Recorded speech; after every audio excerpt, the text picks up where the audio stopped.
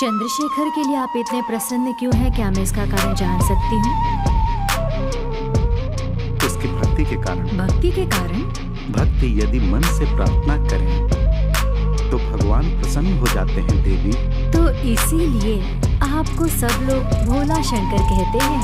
भक्तों का ध्यान रखना ही तो भगवान का कर्तव्य है न देवी। कोई यदि आपसे वर मांगता है तो अच्छी बात है, लेकिन आपके भक्त आपसे उच्च कोटि का वर मांग लेते हैं। बानासुर को आपने वर दिया तो वो आपके सिंहासन का भक्षक बन गया। गजासुर की इच्छा पूरी की तो वो गर्व से आतंक मचाने लगा। रावणासुर की भक्ति आपको अच्छी लगी तो उसे आपने आत्मलिंग प्रसाद में दे दिया। और भस्मासुर की इच्छा तो लोक विधान में थी।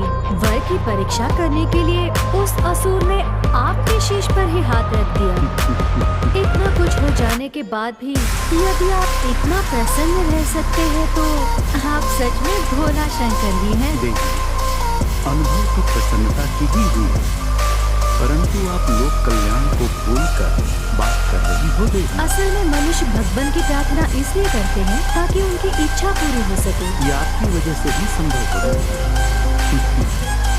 मन में कोई स्वार्थ रखे बिना केवल अपने हृदय में भक्ति भाव ही रखने वाला परम भक्त एक ही है, और वो है शिवदत्त। निश्चल भाव वाला शिव में, वो पूरी तरह से शिव में है।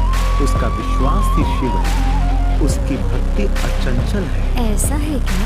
एक छोटी सी इच्छा है। वो क्या है देवी? वो शिवदत्त जो है निस्वार्थ भाव से आपकी पूजा कर रहा है, ये जाने बिना आप उसका अनुग्रह मत कीजिएगा।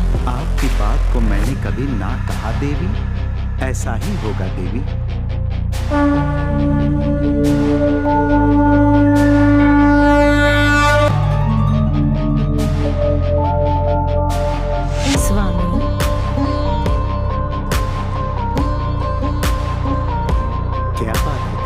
इतने समय तक आपका भक्त अकेला था, इसलिए वो दिन रात निस्वार्थ भाव से आपकी पूजा करता था। आज वो एक नए बंधन में बन चुका है। आप तो पूर्व ज्ञानी है। संसारिक जीवन में बहुत सारी इच्छाएं होती हैं। आपसे जो वो आपकी पूजा करेगा उसमें थोड़ा सा भी स्वार्थ नहीं होगा क्या? मुझे तो लगता है आपसे वो छोटी से छोटी इच्छा पूरी करवाएगा। आपका इस प्रकार संदेह करना सामान्य है देवी, किंतु शिवदत्त का निस्वार्थ भाव से भक्ति करना निर्विवाद। कुछ नहीं होगा तो अपना भाग्य ही ऐसा है, ऐसा सोचकर रह सकता है, किंतु आप तो अंतर्यामी हो देवी। शिवदत्त की निस्वार्थ भावना जैसी भक्ति को अब पूरे संसार को बताने का उचित समय आ गया है देवी।